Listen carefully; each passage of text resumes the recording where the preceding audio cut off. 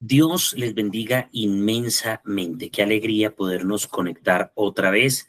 Qué alegría poder compartir con ustedes este tiempo. Y bueno, sea siempre Dios en medio de todo lo que hacemos y de todo lo que tenemos, ¿de acuerdo? Sea el Señor siempre, siempre acompañándonos en todo.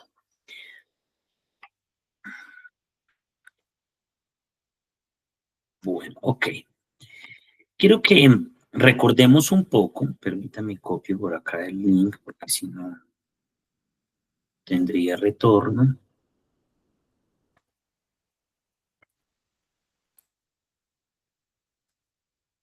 para que todo salga fantabuloso. Bueno, hemos estado hablando acerca de la guerra espiritual y en efecto consideramos que la guerra espiritual es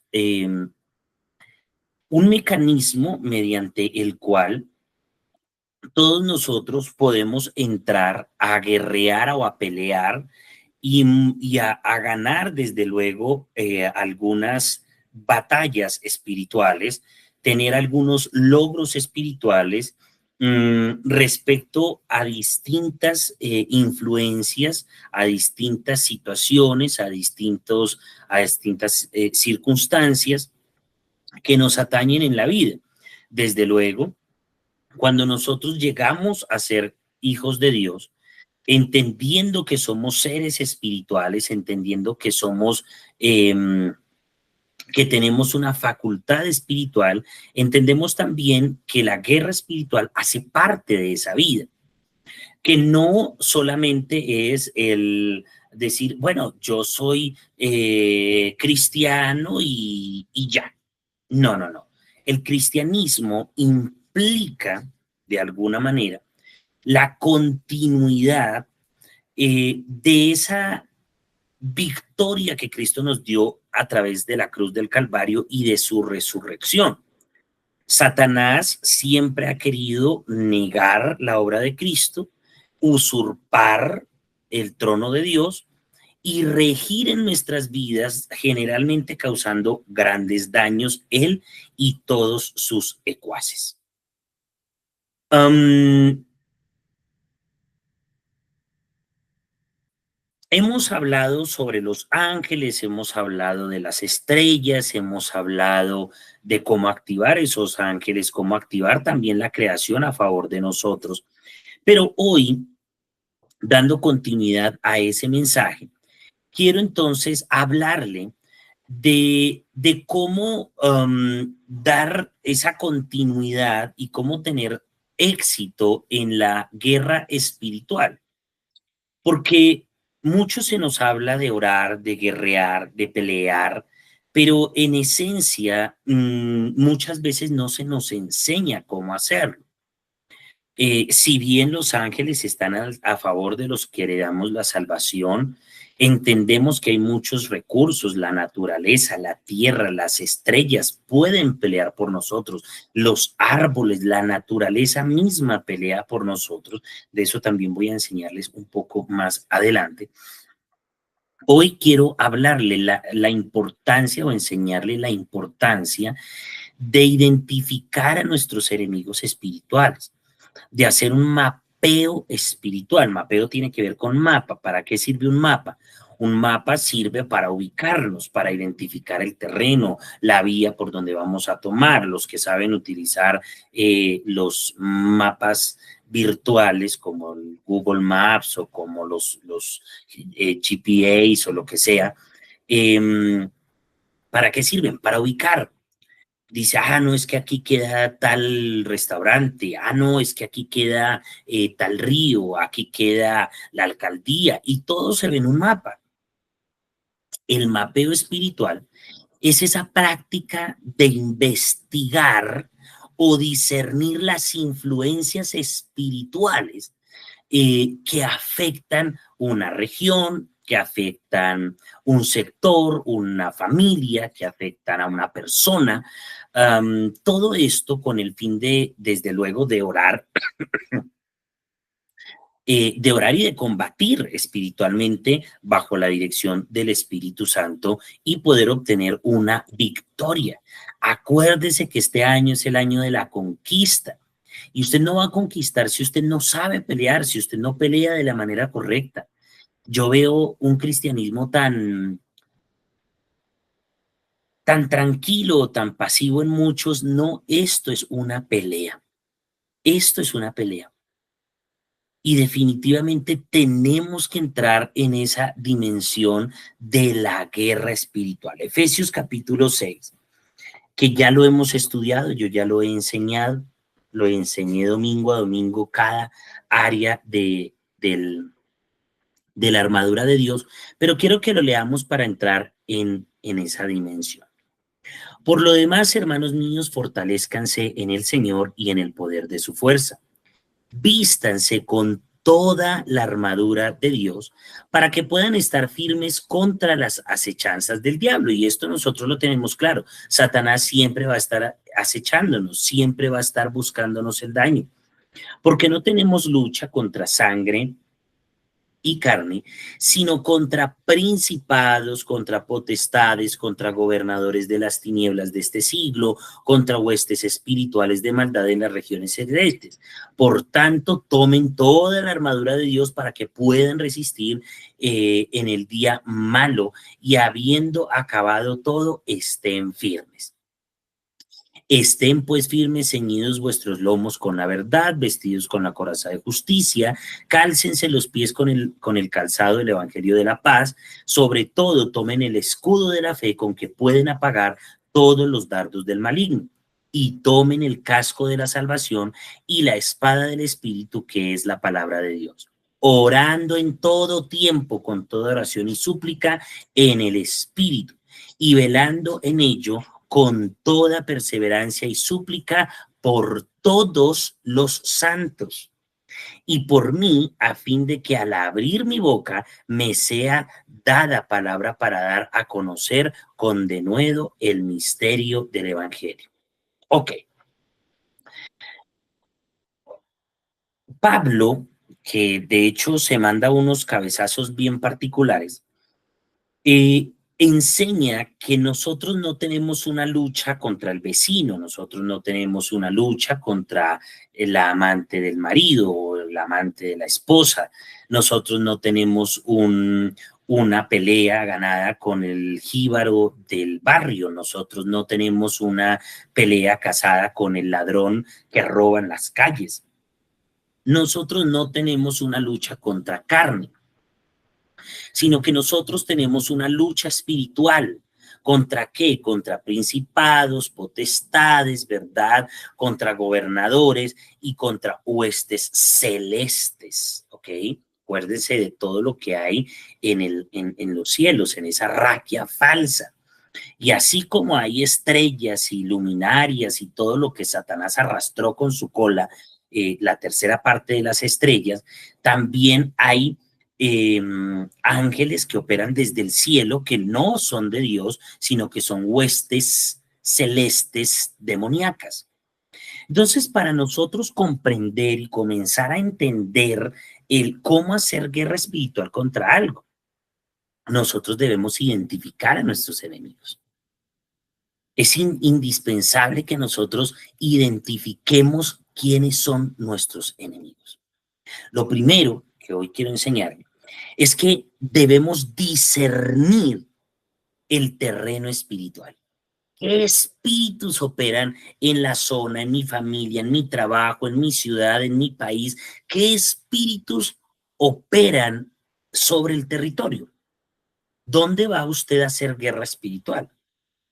Vamos a pensar en que usted va a hacer guerra espiritual en su casa, aunque ahorita le voy a hablar un poquito de eso, pero vamos a pensar que usted va a hacer una guerra espiritual por su ciudad, que usted va a hacer una guerra espiritual por su barrio porque está muy inseguro, por el lugar donde está su congregación, por el lugar donde está su casa, porque su casa puede estar en peligro. Si pensamos en esto, el libro de Daniel, váyase conmigo para el libro de Daniel. Daniel capítulo 10, versículo 13,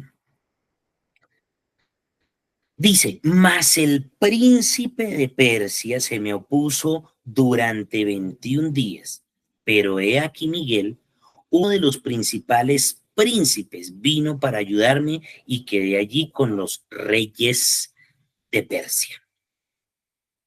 Allí Gabriel, el ángel Gabriel, había iniciado una lucha.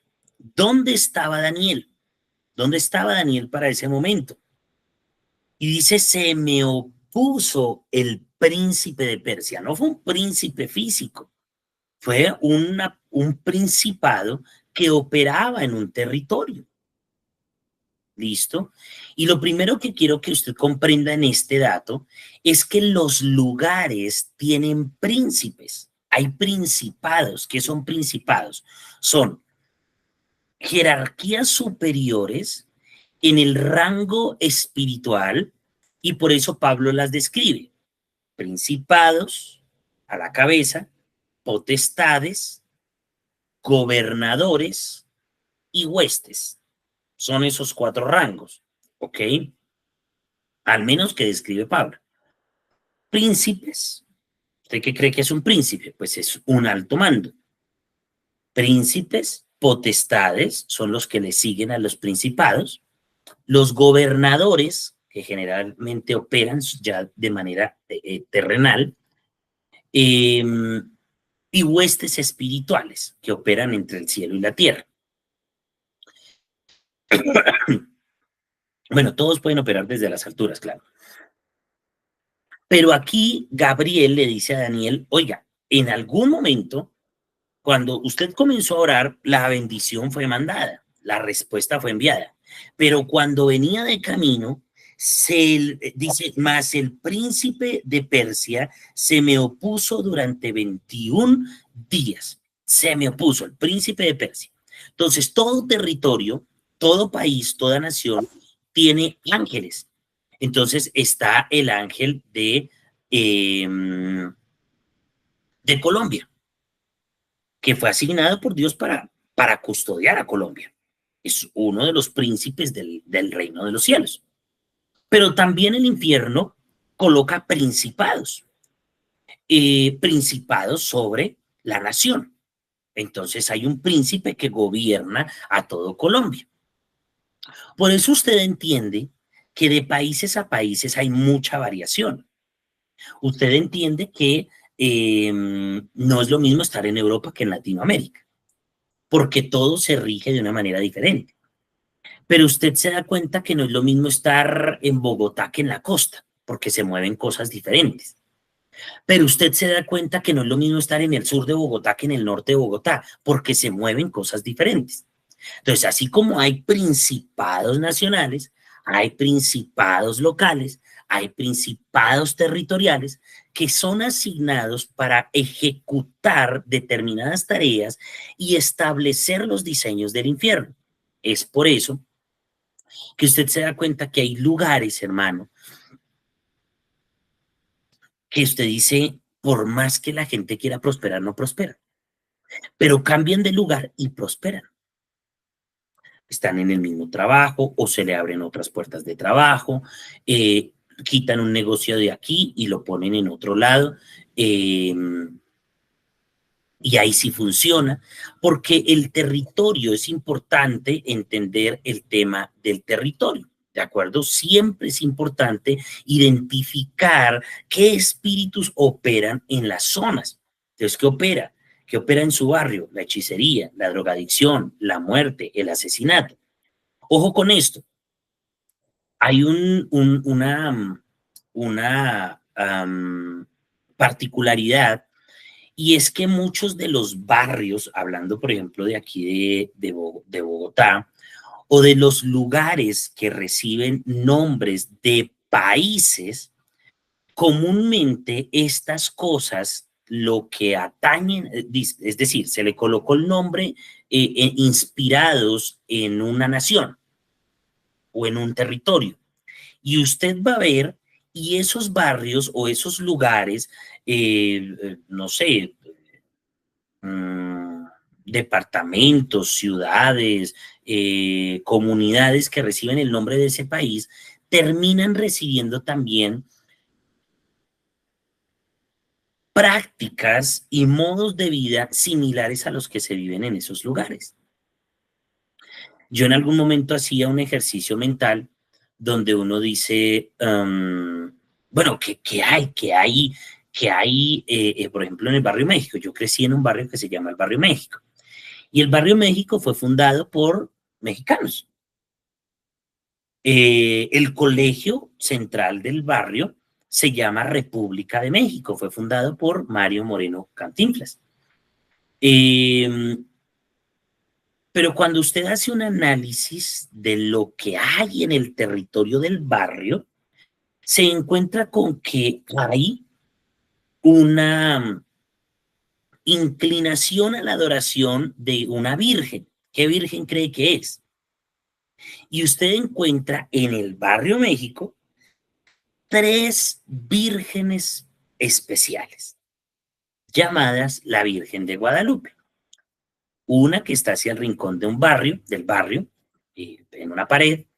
Otra que está en el parque central del barrio, que recibe el nombre del barrio, Parque del Barrio México. Y otra virgen que está en una capilla que se llama la Capilla de Guadalupe. Y fue una pequeña iglesia o pequeña capilla que se fundó también hace, bueno, muchos años, en honor a qué? A la Catedral de Guadalupe, donde está la Virgen de Guadalupe. ¿En dónde? En México, en el Distrito Federal. En ese barrio México se mueve mucho el tema de la idolatría hacia la Virgen, ¿listo? Se mueve mucho el tema de las drogas, pero muchísimo. Y el barrio México es un barrio muy pequeño. O sea, muy pequeño. Usted puede caminar ese barrio en menos de nada. En media hora usted se camina todas las cuadras, porque es muy pequeño. Entonces, es un barrio que impacta con su idolatría, pero es pequeño, pero recibe el nombre de un país que se mueve en la idolatría a la Virgen de Guadalupe, recibe el nombre de un país que se mueve altamente en el tema de las drogas. El barrio México se mueve muchísimo en el tema de las drogas. La nación de México se caracterizó por tener grupos, pandillas, y tener mucho movimiento de grupos de calle, al margen de la ley, pero de muchachos, de asesinos, el tema de extorsión, el tema de secuestro, todo esto. Y hace un tiempo en el barrio México era de la misma manera. Era un barrio pequeño, pero recibía el nombre y fue levantado en honor a una nación. Y ese barrio recibió por genética espiritual la iniquidad de esa nación. Entonces, claro, en la escala que es, pues así mismo son sus problemas. Pero tenía una inclinación, o tiene una inclinación hacia la adoración de la Virgen de Guadalupe. Tiene una inclinación hacia el control a través de grupos, de pandillas, de cabecillas. Eh, el tema bueno, eran 3 cosas que había identificado: las drogas y la muerte. La muerte. Era un barrio donde imperaba la muerte, imperaban gentes que mandaban a matar a otros y vivían tranquilos. Y esos hombres y mujeres asesinos del barrio, bueno, yo no sé si ya estarán o no estarán, yo hace mucho tiempo no estoy ahí, gente que mataba y todo eso, era gente que se hacía pactos con demonios, en algún momento supe cómo Dios hizo, perdón, cómo esa persona hizo o había hecho un pacto con la Santa Muerte. Y usted sabe que la Santa Muerte es un demonio que se mueve demasiado. ¿En dónde? En México, en el país de México. ¿No? Es uno de los grandes ídolos de México. Y ese personaje había hecho un pacto con la Santa Muerte y a él casi lo matan, casi lo matan. pero no se murió. Y a Dios le plació sanarlo. O Dios permitió no sanarlo, pero sí extenderle la vida por alguna extraña razón. Pero este personaje luego supimos, o yo supe, cómo había hecho un pacto con la muerte y cómo tiene demonios a su alrededor. Había otro en el barrio que andaba siempre con muchos perros. Y un día el Señor me permitió ver cómo esos perros eran los guardianes espirituales que lo custodiaban. A ese man nadie se le acercaba. ¿Mm? La impresión que generaba por los perros que lo seguían, pero eran los guardianes espirituales. Entonces, quiero que entienda que todo territorio tiene asignado un demonio también, así como Dios asigna ángeles para guardarnos, también Satanás envía demonios para cumplir tareas específicas de destrucción, de destrucción, de escolta para determinar qué es lo que ocurre alrededor. Bueno, en fin. En este caso, la Biblia nos muestra que el ángel Gabriel se agarró con el ángel de Persia, con el príncipe de Persia. Y el príncipe de Persia era un demonio que ¿en dónde estaba? ¿O de dónde era? Pues de Persia. Entonces, así como hay ángeles, como le digo, está el ángel de México, de Colombia, de Panamá, está el ángel de los Estados Unidos y en cada estado un ángel que fue asignado por Dios. También hay ángeles que son asignados por el infierno, ángeles caídos, ¿de acuerdo? Entonces, Daniel oró y hubo una oposición espiritual territorial, ¿ok? Y ese pasaje que leemos aquí en Daniel 10, pues básicamente revela que hay otras fuerzas espirituales que se oponen, ¿de acuerdo? Según su asignación en las regiones donde son puestos para que las respuestas no vengan. Entonces, por ejemplo, si en Colombia están peleándose por una ley a favor del aborto, ¿usted qué cree que hay sobre Colombia? Pues hay un principado de muerte. Ese principado de muerte, además de mandar asesinatos, homicidios, accidentalidad, también aborto. Entonces hay un príncipe de muerte. Ese principado manda los planes. Vamos a establecer muerte en tal sector, vamos a establecer muerte aquí en esta ciudad, en este departamento, vamos a hacer que se choque un avión, vamos a hacer que se desplome una casa, vamos a hacer ta. El príncipe se encarga de fraguar toda la maldad que existe, ¿ok? Que pueda existir en ese lugar. Dice Pablo, ustedes no tienen lucha contra principados, contra carne, sino contra principados y potestades. Las potestades son aquellos que se despliegan por todo lugar, que cumplen el rol de príncipes pequeños. Esas potestades son las que cubren los lugares. Entonces, si nosotros logramos identificar el príncipe y el príncipe es debilitado, toda su pirámide cae. Pero si nosotros no identificamos quién es el príncipe, vamos a estar atacando cosas sin la conciencia de hacerlo de la manera correcta. Entonces, las potestades tienen la obligación de planificar, ¿ok? Ellos planifican el cómo establecer lo que los príncipes dicen. Entonces las potestades se despliegan, es una potestad, es decir, que tiene poder, potestades, poder. Príncipe rige, potestad tiene poder. ¿Para qué? Para planificar y emitir órdenes para que se ejecuten esos planes. Entonces, el príncipe establece la destrucción. Yo quiero destrucción, quiero homicidios, quiero asesinatos, quiero en tal parte tal cosa, quiero en tal parte. Las potestades espirituales lo que hacen es planificar el cómo. Entonces, listo. En tal ciudad va a ir un bus y se va a incendiar y se van a morir. Todos quemados. ¿Recuerdan una noticia así aquí en Colombia? De hecho, pasó en una iglesia. Claro, hubo cosas que no se manejaron de la manera correcta, pero igual son planes del infierno. O sea, Dios no manda una cosa como esas.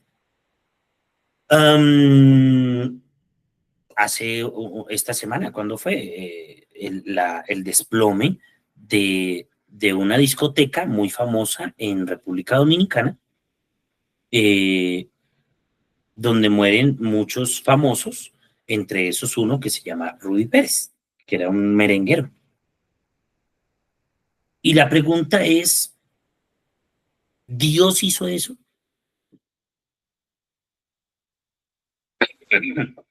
Porque Dios no destruye de esa manera, ¿sí? Ay, pero Dios en el Antiguo Testamento destruía, sí, pero a sus enemigos. Pero cuando Cristo viene, entra la gracia. Y como todos, Dios anhela que todos sean salvos, entra a jugar el papel de Cristo. Entonces, ¿qué quiere hacer Satanás? Reducir la oportunidad de vida en la gente para que estos que se condenen. ¿Ok? Entonces, ¿qué ocurrió? Había un plan, una potestad que dijo, ok, yo necesito que hayan 400, 400 víctimas en un desplome. Ok. Necesito que hayan tantos sacrificios de vida, tanto derramamiento de sangre. Necesito que haya tantos accidentes. Entonces el príncipe dio la idea, la potestad hace los planes, listo, y faculta a los demás para que vayan y hagan. Los gobernantes son los que de alguna manera rigen sectores más pequeños, listo. Eso no significa que allí no hayan príncipes, pero los gobernantes se encargan desde la parte terrenal de ejecutar esas cosas. Por ejemplo, el gobernante de las tinieblas opera desde la parte terrenal, también desde los cielos, pero digo desde una manera más física. Entonces, ok,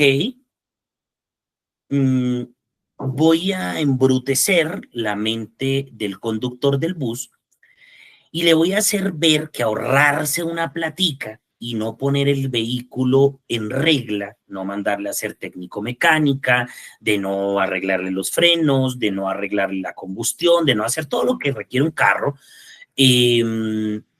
pues con eso se va a arreglar se va a ahorrar una platica. ¿Qué de malo puede pasar en hacer un viaje y volver y después de eso hacer lo que tiene que hacer?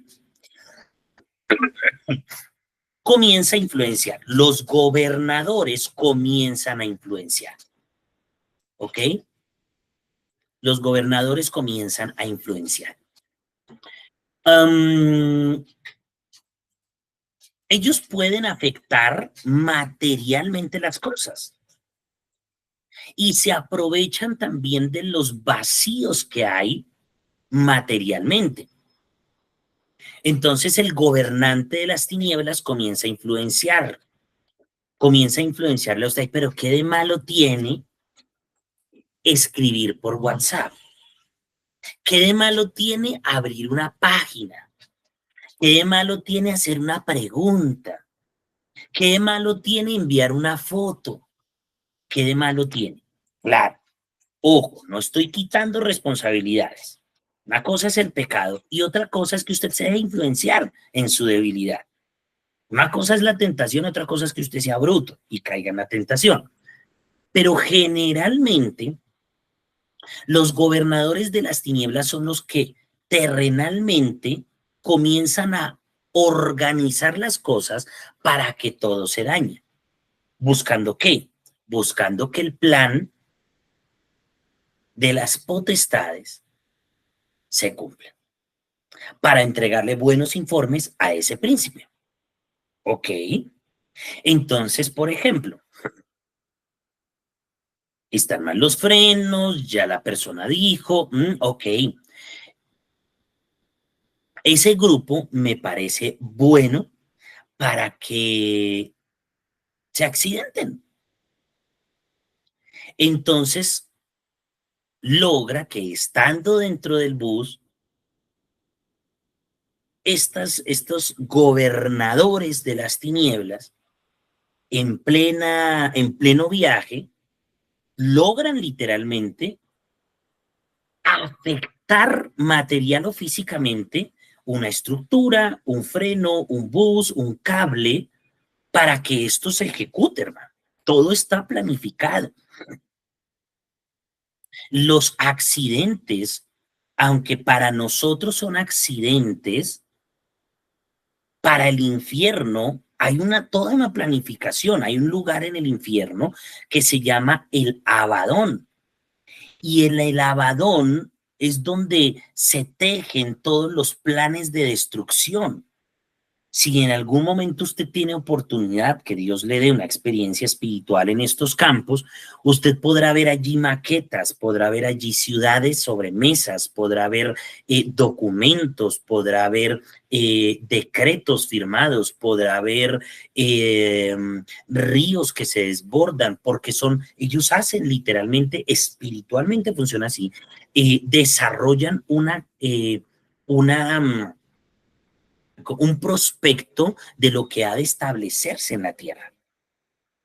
Entonces, esto, ¿cómo opera? Ya hay un príncipe que dijo, bueno, necesito mi función es la muerte, necesito establecer muerte. Hay otro que dirá, mi función es la inmoralidad. Entonces está el adulterio, la fornicación, el homosexualismo, la zoofilia, la necrofilia, todas las filias, todas las depravaciones sexuales son príncipes que se asignan, sea en toda una nación o sea en territorios específicos. Pero siempre hay un príncipe, una potestad, un gobernante y huestes celestes. ¿Dónde están las huestes celestes? ¿Operan desde dónde? Desde los cielos. Huestes celestes, es decir, del cielo. Ejércitos en el cielo. Y esas huestes celestes, ¿qué hacen? También desde los aires, también desde los cielos, tienen facultades ¿sobre qué? Sobre los climas, sobre el ambiente, sobre la atmósfera y sobre muchas cosas. Entonces, los gobernantes y las huestes celestes van unidos en su trabajo. ¿Ok? Y ellos comienzan a destruir, a destruir, a destruir, a planificar, perdón, a ejecutar la planificación, ¿de acuerdo? Y comienzan a establecer el propósito del príncipe. Si es muerte, muerte. Si es inmoralidad, si es robo, si es droga, si es lo que sea. Entonces ya usted va entendiendo cómo operan muchas cosas. Por eso es que muchas cosas que ocurren en su casa, que ocurren en su familia, que ocurren en su sector, son producto de un príncipe que fue establecido. Y lo primero que tenemos que hacer es identificar qué influencias espirituales se notan en mi ciudad, en mi barrio, qué se destacan: la violencia, la idolatría, la inmoralidad, la religiosidad, porque no solamente la idolatría, a veces es la religiosidad. Usted puede ser cristiano. Y yo me doy cuenta con mucha frecuencia que muchos creyentes son religiosos, no son cristianos, son religiosos. Y se habitúan a ir a una iglesia, pero son religiosos. Se acostumbran a pagar una pena, espiritualmente hablando, ir a culto, hacer un ayuno, pero son religiosos, no conocen de Dios. Y todo eso está influenciado desde el infierno. Entonces, lo primero que usted debe hacer es discernir el terreno espiritual, ¿ok? Donde usted va a pelear. Usted va a pelear por su matrimonio, usted va a pelear por sus hijos, usted va a pelear por algo que usted necesita, usted va a pelear espiritualmente por algo que le está atormentando. Debe identificar en qué terreno está usted parado. Debe identificar usted qué es lo que se mueve en su entorno y a su alrededor. ¿Cuál fue el plan demoníaco que los demonios establecieron para que usted sea destruido? Para que usted siga en la misma condición en la que está. Lo segundo es que debemos investigar la historia, hermano. Segundo de Reyes, vaya conmigo rápidamente a Segundo de Reyes. Segundo de Reyes, capítulo 17.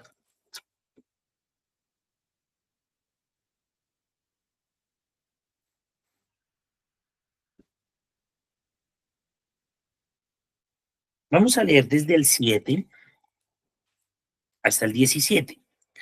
Dice, porque los hijos de Israel pecaron. Lo segundo que vamos a ver es que debemos investigar cuál es la historia espiritual del lugar. ¿Listo? Lo mismo ocurre con su familia. ¿Cuál es la historia de su familia? ¿Qué potestades están influenciando su familia?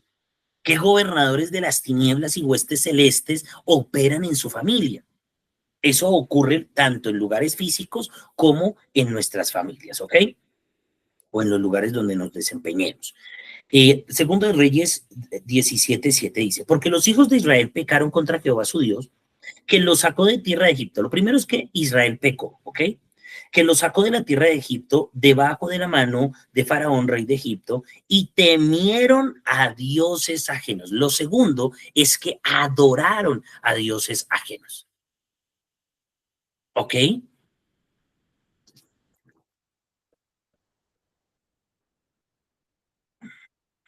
Versículo 8. Y anduvieron en los estatutos de las naciones que Jehová había lanzado delante de los hijos de Israel y en los estatutos que hicieron los reyes de Israel. Entonces, pecaron, adoraron a otros dioses, ¿listo? Y adoptaron prácticas, estatutos, normas, leyes. Sí al aborto, sí a la unión de, usted ya sabe, y sí a la eutanasia, y sí a la muerte, y sí a las feminazis y a la libertad femenina. Eso es un diseño satánico. Una cosa es que la mujer no sea esclava, y otra cosa es que aplasten jezabélicamente la figura del hombre. Estatutos de otros reyes y de otras naciones. ¿Lo está entendiendo? Entonces, aquí lo que le estoy leyendo es la historia de Israel.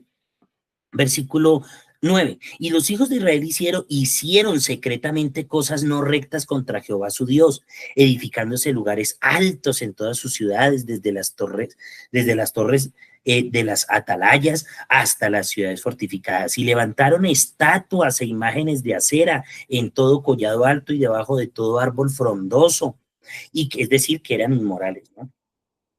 Y quemaron allí incienso en todos los lugares altos, a la manera de las naciones que Jehová había traspuesto de delante de ellos, e hicieron cosas muy malas para provocar a ira a Jehová. Y se servían a los ídolos de los cuales Jehová les había dicho, ustedes no han de hacer esto. Jehová amonestó entonces a Israel y a Judá por medio de todos los profetas y de todos los videntes, diciendo, vuélvanse de sus malos caminos y guarden mis mandamientos y mis ordenanzas conforme a todas las leyes que yo prescribí a sus padres y que se las he enviado por medio de mis siervos los profetas. Mas ellos no obedecieron, antes endurecieron su cerviz como la cerviz de sus padres, los cuales no creyeron en Jehová su Dios, y desecharon sus estatutos y el pacto que él había hecho con sus padres, y los testimonios que él había prescrito a ellos, y siguieron la vanidad y se hicieron vanos, y fueron en pos de las naciones que estaban alrededor de ellos, de los cuales Jehová les había mandado que no hiciesen a la manera de ellas. Dejaron todos los mandamientos de Jehová su Dios y se hicieron imágenes fundidas de dos becerros y también imágenes de acera y adoraron a todo el ejército de los cielos. Qué curioso, ¿no?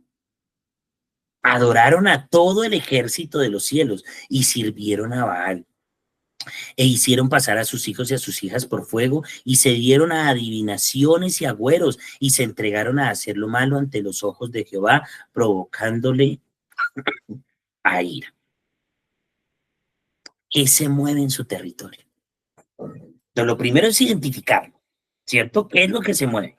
Pero lo segundo es investigar la historia. Yo le hablo de mi barrio porque yo investigué la historia de mi barrio, inclusive del colegio donde yo estudié.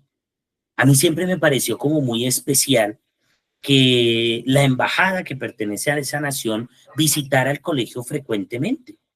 Y siempre había que hacer una fiesta para ellos y no sé qué. En ese tiempo me entero que Cantinflas pertenecía a esa embajada. Él era embajador de México, o bueno, representante de la embajada, no sé, ya no recuerdo. Y cómo mediante actividades, no solamente financieras, patrocinaron un barrio, patrocinaron los lugares emblemáticos de allí, como la capilla, un parque, las vírgenes que están, eh, sino que de manera espiritual y mediante actividades ritualistas y un montón de cosas, también consagraron un lugar, porque esos lugares son levantados como ofrendas, hermano. Entonces uno tiene que conocer la historia. ¿Usted conoce la historia de su familia? Usted conoce la historia de sus abuelos, de sus bisabuelos, usted conoce quién fue homosexual, usted conoce quién fue adúltero, usted conoce quiénes practicaron la fornicación, usted conoce cómo quedó su mamá embarazada de usted, usted recuerda cómo usted fue el embarazo de sus hijos, usted conoce cómo fue el embarazo de su mamá acerca de sus hermanos, usted conoce quién en la casa metió vicio, quién fue vendedor, quién fue brujo, quién fue hechicero, quién fue comerciante también, quién fue profesional, usted conoce quién fue una buena persona, usted conoce la historia, o usted simplemente dice, ay, mi mamá, mi abuela, pero usted desconoce el resto. Entonces usted se enfrenta ahorita a una rebeldía en sus hijos, que eso puede pasar en muchas familias, pero no, no todos los hijos tienen que ser rebeldes. Tenemos que desligar el pensamiento de que porque es adolescente, entonces, si es adolescente, le tiene que adolecer. Ay, es que está en la adolescencia. ¿Y? Entonces que porque está en la adolescencia tiene que ser el diablo en carne. Que porque está en la adolescencia entonces tiene que desordenarse. No, ese es un principio del infierno. Ese es un plan demoníaco. Ese es un plan que una potestad dijo, esto es lo que necesito chinos inmorales, necesito inmoralidad. Y el gobernante dice, ah, listo, yo le pongo las pornografías, yo le pongo el celular, le pongo papá bruto que coge y le da no le pone seguridad a los celulares de los hijos. Por cierto, hay aplicaciones muy buenas para eso. Hay aplicaciones que se llaman Family Line, algo así, no sé, y hay otras aplicaciones. Ay, no, es que es la intimidad de mi hijo. Siga dando la intimidad. Sígale dando todo el derecho que usted quiera legal a Satanás para él operar a través de sus gobernantes y sus huestes para torcerle a sus hijos. Sea más astuto que el diablo, sea más astuto que las tinieblas. Pero usted conoce la historia de su familia. Usted conoce la historia del lugar donde vive. Usted conoce eso. Usted conoce la historia de su papá. ¿Qué hizo su papá? ¿Qué hizo su mamá? Su papá y su mamá pueden tener una relación heterosexual, pero usted no sabe en qué momento alguno de los dos se revolcó con otro hombre o con otra mujer. Y usted dice, pero esta iniquidad, ¿de dónde me persigue o por qué persigue a mis hijos? Hay que ver. Pero sepa, hermano, que alguien en su familia lo hizo. Porque la iniquidad visita a los padres sobre los hijos hasta la tercera y cuarta generación. Ya hemos hecho cálculos, son 7 generaciones que caminan en lo mismo. 7 generaciones que caminan en lo mismo. Entonces usted tiene que aprender como primera medida a discernir el terreno espiritual en el cual usted está. ¿Cuál es el principal? ¿Qué es lo que ese príncipe quiere? ¿Cuáles son los planes que se han desatado para ejecutarlo? Pero usted debe también, como segunda medida, investigar la historia espiritual de su gente, de su lugar, de su territorio, de su familia. ¿Cuál es la, ¿qué? El campo espiritual histórico que sostiene su familia. Porque muchas veces esos pecados tan pesados, hermanos, yo sé que pecado es pecado. El mentiroso es pecador como el asesino. Para Dios todo es pecado. ¿Ok? El que va contra Dios, eso es pecado. Pero hay pecados que demandan demasiada fuerza. Entonces, no, es decir, terrenalmente no es lo mismo una mentira, espiritualmente sí, pero terrenalmente no es lo mismo. Una mentira no causa tanto daño, ciertas mentiras, como un homicidio. Porque decirle a la mamá que el chino no cogió esa plata a un asesino, pues obvio, moralmente pesa más el uno que el otro. Y hay uno que va a dañar mayormente que otro. ¿Por qué? Porque es como se ejecuta sobre la tierra. El pecado es pecado, pero definitivamente hay calibres de pecados. Dios juzga el pecado, punto. Pero hay pecados o hay acciones espirituales que se logran, que generan demasiado mal. Entonces, en este caso que leímos de Israel, entonces, fueron idólatras, aceptaron normas y leyes que Dios no les había mandado, levantaron culto a Acera, se acostaban debajo de los árboles, esas eran ofrendas que entregaban a Acera y a Astarte y a Baal, era un culto inmoral. Habían mujeres que iban y bueno, doncellas que las ponían debajo de un árbol, las amarraban y allí pasaban muchos y las violaban.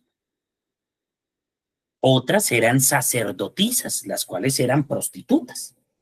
Y esas sacerdotisas era costumbre que ubicaran árboles frondosos, donde pudieran acostarse y allí los hombres y las mujeres iban y presentaban sus ofrendas. Eran inmorales.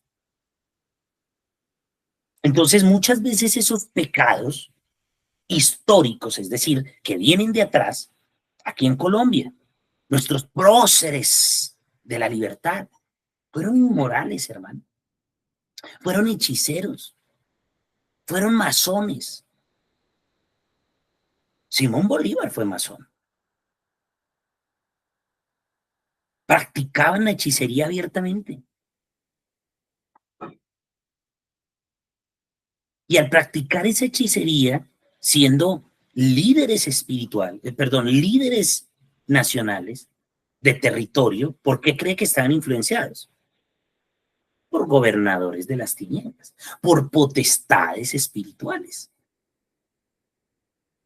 Entonces, ¿qué heredaron a la gente? Inmoralidad, hechicería. Ok. Entonces, muchas veces,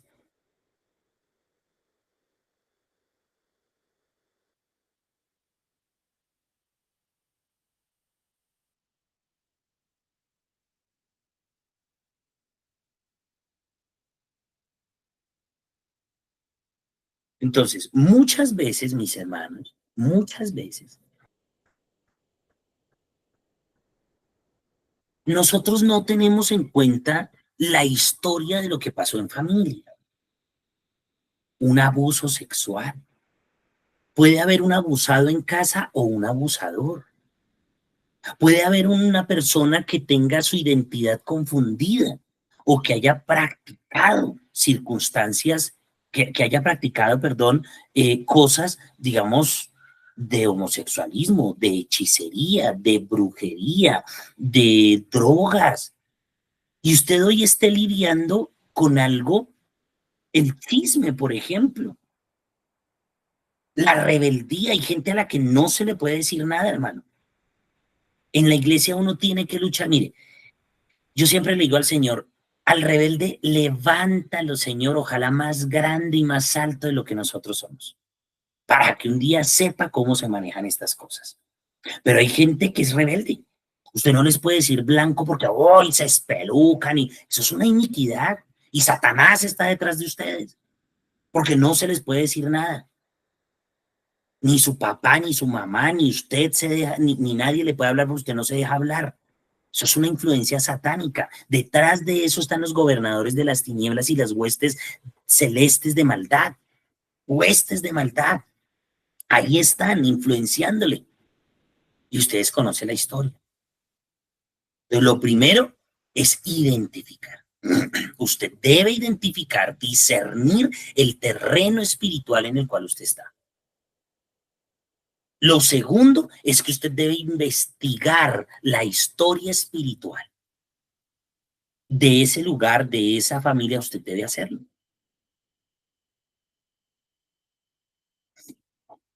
¿Cómo lo hace? Si es de un lugar, busque historia, busque libros, vaya a las bibliotecas centrales, busque por internet, que hoy toda la mayoría, el 80% de la información ha sido sistematizada. Usted hoy en día encuentra todo por internet. ¿Ok?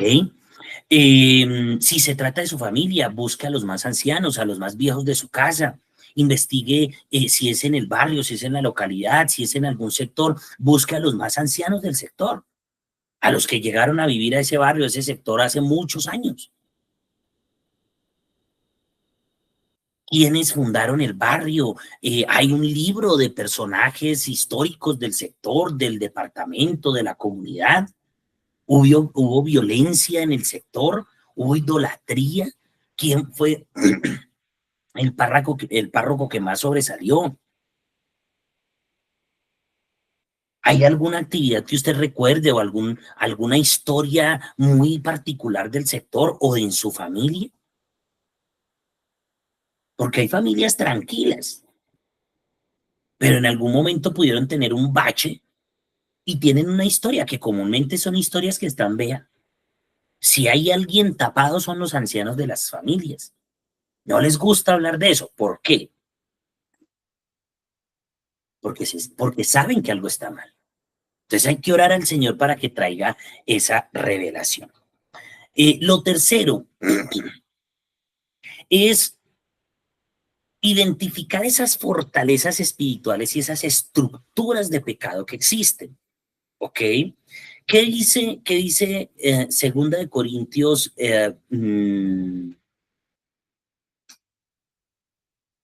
fortalezas, estructuras, fortalezas, segunda de Corintios 10:14? ¿Qué dice? 10:4. ¿Qué dice? Que deben de quebrarse esas estructuras y esas fortalezas de la mente. Vayamos, segunda de Corintios, a ver si estoy equivocado. Segunda de Corintios 10:4. Porque las armas de nuestras milicias no son carnales, vuelve el apóstol Pablo a hablar de esto, sino poderosas en Dios para la destrucción de fortalezas, derribando argumentos y toda altivez que se levanta contra el conocimiento de Dios y llevando cautivo todo pensamiento a la obediencia de Cristo. Derribando argumentos y toda altivez.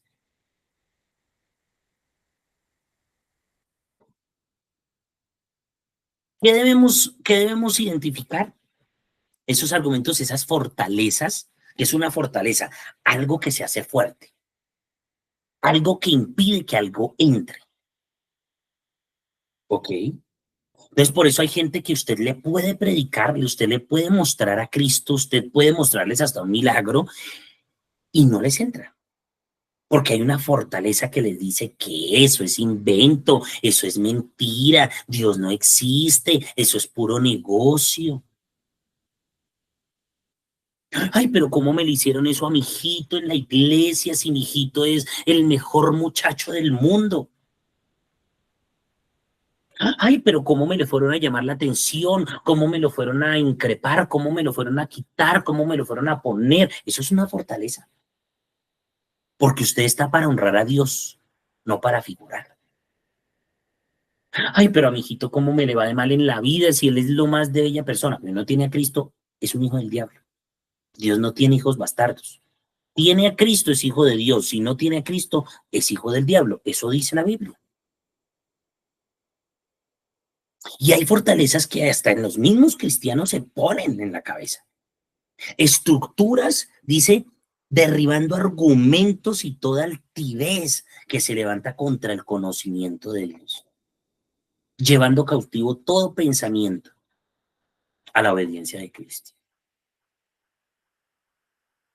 Esas fortalezas, esos argumentos son formas de pensar, culturas, prácticas que se resisten a la verdad de Dios. Entonces usted puede estar acostumbrado, no sé, a heredar la ropa. Pasa de ahí sí hasta la tercera y cuarta generación. Y hoy pueden tener, pero igual la ropa hay que heredarla. Eso es una cultura, eso es una práctica.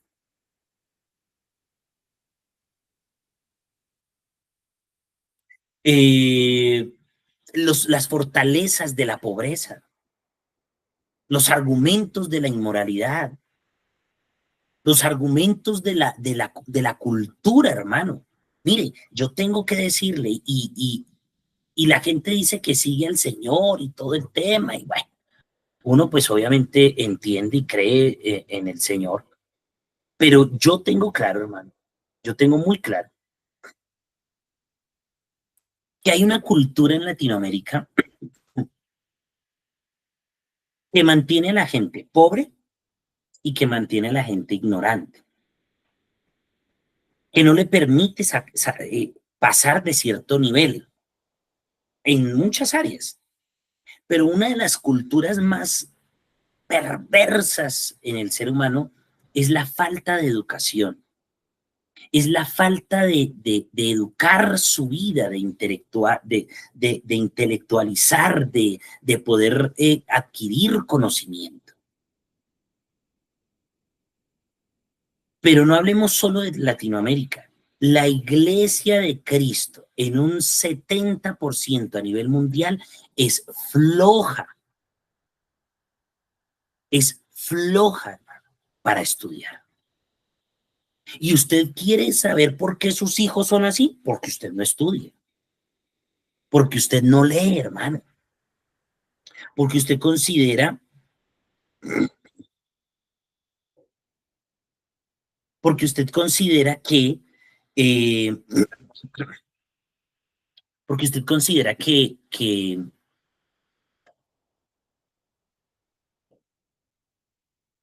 ay, no, pues yo como fui a la escuela y hice hasta quinto y pues bueno, Dios sabe. Pero usted ve que su hijo viene con la misma flojera de estudio y usted no hace nada. Eso es una iniquidad. Eso es una iniquidad. Yo conozco gente vieja, hermano. Usted va a decir, ay, yo no lo puedo creer. Mire, yo conozco gente de 40 años que a usted le dice, mire, yo quedé embarazada a los 25 y yo no sabía que yo podía quedar embarazada teniendo sexo.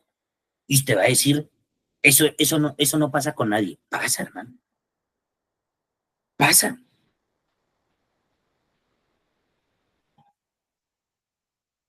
No, yo no sabía que si yo le recibía esa plata a alguien, yo iba a terminar en cochinado. Pasa. Usted puede decir, ay, pero le faltó malicia, le faltó conocimiento. En cuestiones bíblicas, ni decir. Mire, hermano, la gente es floja, refloja para estudiar la Biblia. Los cristianos, los cristianos son muy flojos para estudiar la Biblia. Por lo menos esta generación de unos años para acá, unos 10 años para acá, o quizá unos 15 años hacia acá, la iglesia se ha vuelto muy floja para estudiar la Biblia. Pero refloja, hermano. Y eso hace parte de una fortaleza espiritual, una estructura que se crea en la mente, que se dice, eso no es importante. Ay, yo no sirvo, mire, yo me he encontrado en la experiencia de mi trajinar con Dios y de la formación a cristianos que me dicen, ay, no, yo no estudio porque es que yo no sirvo, yo no puedo, yo no entiendo. Entonces, ¿cómo vive? ¿Cómo si entiende que acostarse con alguien le da placer? ¿Cómo entiende que si coge un cuchillo por el lado equivocado usted se puede cortar? Usted no es bruto, usted no es bruta, usted no es tonto, Pero hay una estructura que le hace pensar que no puede, que qué pereza, que no le gusta, que esto. Hablando de la educación, hablando de hábitos de familia, hay cosas que no están bien. Hay formas de hablar que no son correctas. Hay estructuras y fortalezas en las que crecimos de violencia. No, no es correcto vivir así. A usted le puede parecer muy normal, pero no es correcto, no es lo normal. No está bien. Entonces, lo tercero es que usted debe identificar las fortalezas y las estructuras, dice, derribando argumentos y toda altivez. Ay, pues yo soy así. Eso es altivez. Ay, es que en mi casa me enseñaron. A veces hay que desaprender. No siempre de la manera como usted lo aprendió o se lo enseñaron es. Hay familias que son extremadamente inmorales. Yo conozco donde se metió el tío con la prima con el sobrino con el amigo con el vecino se volvió a meter con la tía y ahora todos son amigos y familia. Y son los hijos tuyos, los míos y los nuestros. Eso es inmoralidad. Eso es un desorden. Y son culturas que arrastramos, formas de vida, estilos de vida que arrastramos. No, no es lo correcto. No está bien. Hay estructuras, hay gente tan despreocupada por las cosas, por la vida, hay gente que, mano, no es correcto eso. No es correcto, no es lo correcto. Y usted tiene que entender que las fortalezas son esas formas en las que nos han enseñado a pensar o aprendimos a pensar. Culturas que tenemos que cortar. Prácticas que estamos acostumbrados a realizar y no son las correctas. Prácticas que llevan sus hijos y usted dice, pero ¿esto de dónde? Analice. Analice si es una fortaleza. Analice si es una estructura de pecado. Gente que se revuelca con, no le importa si es hombre, mujer, familia, hermano, primo, desde que tenga cómo y dónde, ahí es. Y eso hay que cortarlo. ¿Cómo? Usted tiene que hacer una lista de fortalezas, una lista de estructuras, de pensamientos que van contrario a Cristo. Haga un listado escrito, hermano, escrito. ¿Qué hay en mi casa? ¿Qué hay en mi familia? ¿Qué hay en mi barrio? ¿Qué hay en mi iglesia? Los intercesores de la iglesia tienen que tener esto claro. Orar por orar no da resultado, hermano. Se van a desgastar, se van a quemar, no va a dar resultado.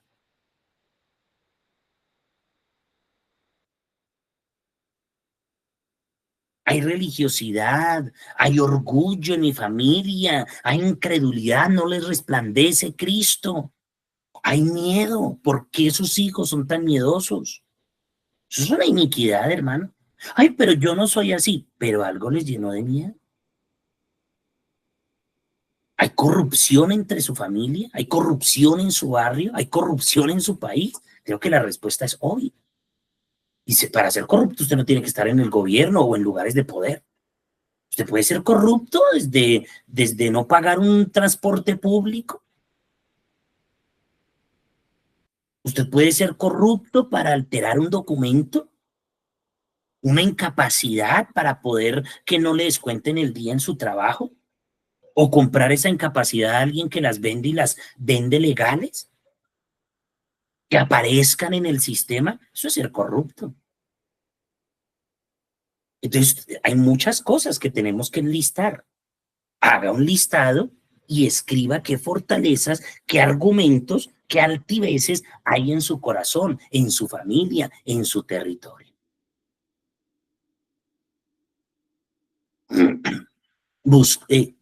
Termino con lo que dice Ezequiel 22:30.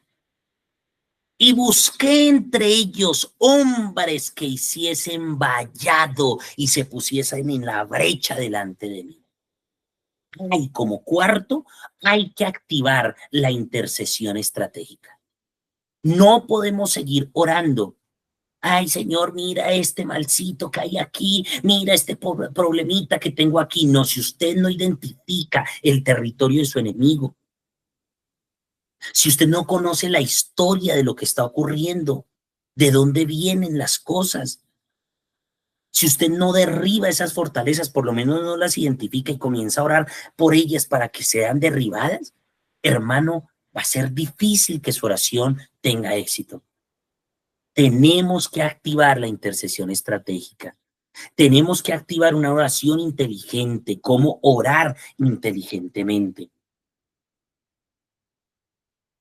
entendiendo lo que ocurre alrededor. De esa manera funcionan las cosas.